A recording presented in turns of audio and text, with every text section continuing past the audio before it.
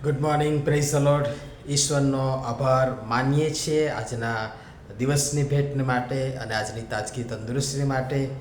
અને આજે વહેલી સવારે પણ ઈશ્વરનું પવિત્ર અને જીવતું વચન વાંચીને, સાંભળીને, ટૂંકું મનન કરીને આવો આપણે દિવસની શરૂઆત કરીએ.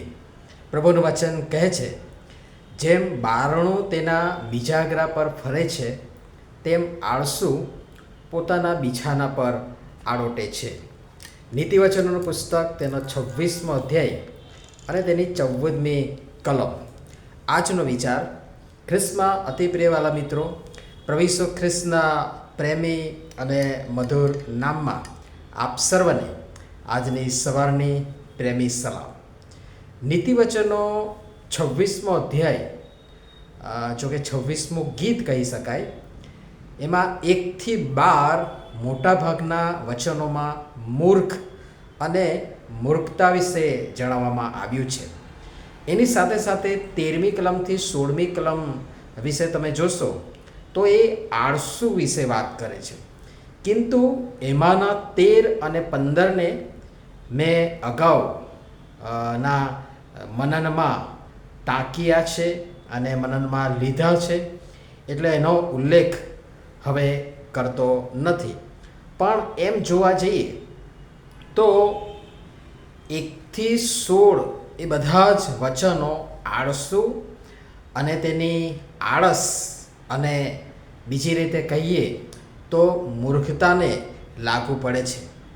ગઈકાલે જ આપણે જોયું કે આળસુ અને મૂઢ એટલે મૂર્ખ બંને સરખા જ છે.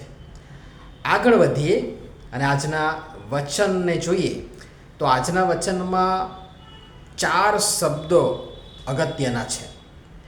1 બારણું, 2 મિજાગરા, 3 આળસુ અને 4 બિછાનું. ચાલો જોઈએ. પ્રથમ આપણે બારણું અને મિજાગરા વિશે જોઈએ. તો બારણું આપ સર્વ સમજશો કે બારણું અથવા તો દરવાજો શું છે, પણ મિજાગરા વિશે ઘણાઈને કેટલાયને ન સમજાય, તો ટૂંકમાં સમજાવું અથવા તો જણાવું કે મિજાગરા એટલે જે દરવાજો હોય છે, એ દરવાજો અથવા તો બારણું ઉઘાડ બંધ કરવા માટે જે નાનકડું સાધન વપરાય છે, એમ પકડી રાખે છે દરવાજાને, એ અથવા તો બીજી રીતે સમજાવું તો દરવાજાને દિવાલ અથવા તો બારશાખ સાથે જે જકડી રાખે છે, તે એક નાનકડું સાધન છે. ક્યાંક લોકલ બોલીમાં તેને ચાપડા પણ કહેવામાં આવે છે. આ બંને એટલે કે દરવાજો અને મિજાગરા બંને એકબીજા સાથે સંકળાયેલા અથવા તો એકબીજાના પર્યાય છે.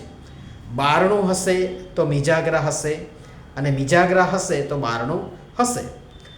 તમે જુઓ, ગમે તેટલા મોટા અને ભવ્ય કલાત્મક દરવાજાને, બહુ ભારેખમ દરવાજાને પણ નાના મિજાગરા ઊંચકી રાખશે અને તેને પકડી રાખશે અને તેમને ઉઘાડવા તેમજ બંધ કરવાના એ કાર્યમાં અગત્યની ભૂમિકા ભજવશે.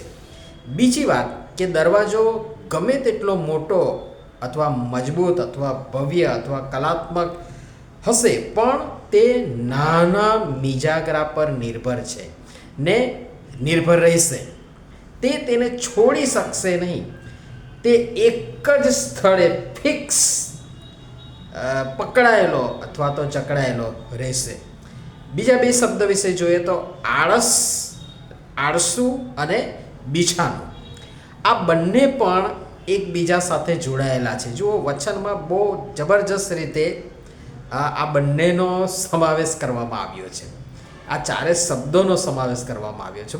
બહુ ગજબનું શિક્ષણ એમાં સમાયેલું છે, અને સમજવાના માટે પ્રયાસ કરજો.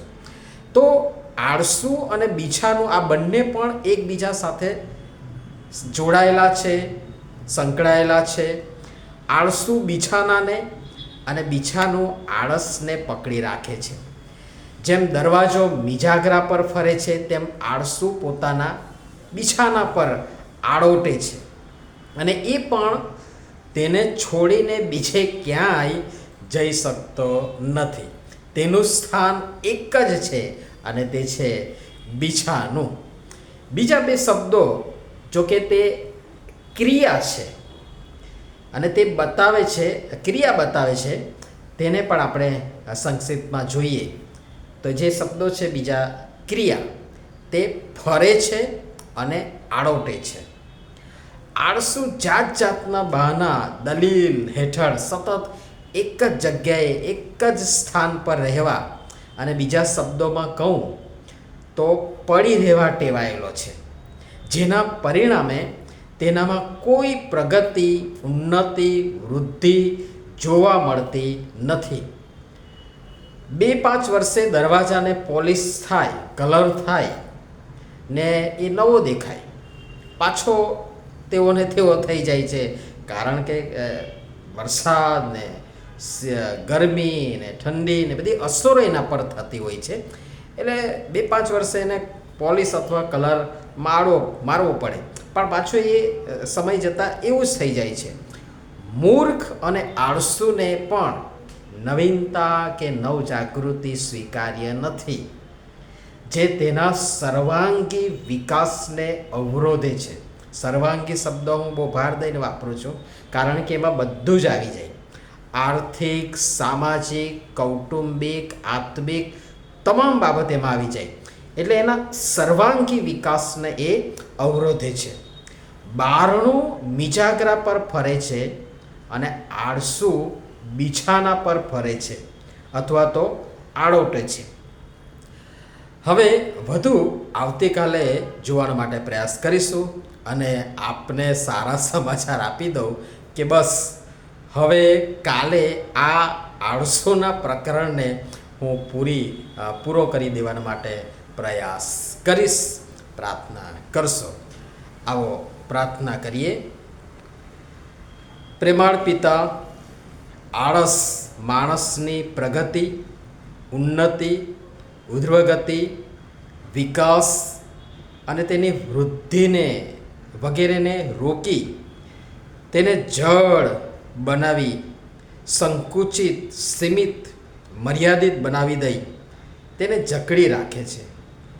અમે જડ નહીં, મૂઢ નહીં, મૂર્ખ નહીં, આળસુ નહીં, પણ જીવિત બની રહેવા, સતત પરિવર્તન પામતા રહી, અધોગતિ એટલે કે નીચેની તરફ નહીં પણ ઉર્ધ્વગતિ એટલે કે ઉપરની તરફ આગળ વધનારા બનીએ, એના માટે કૃપા કરીને આમ સર્વની તમે સહાય તથા મદદ કરો.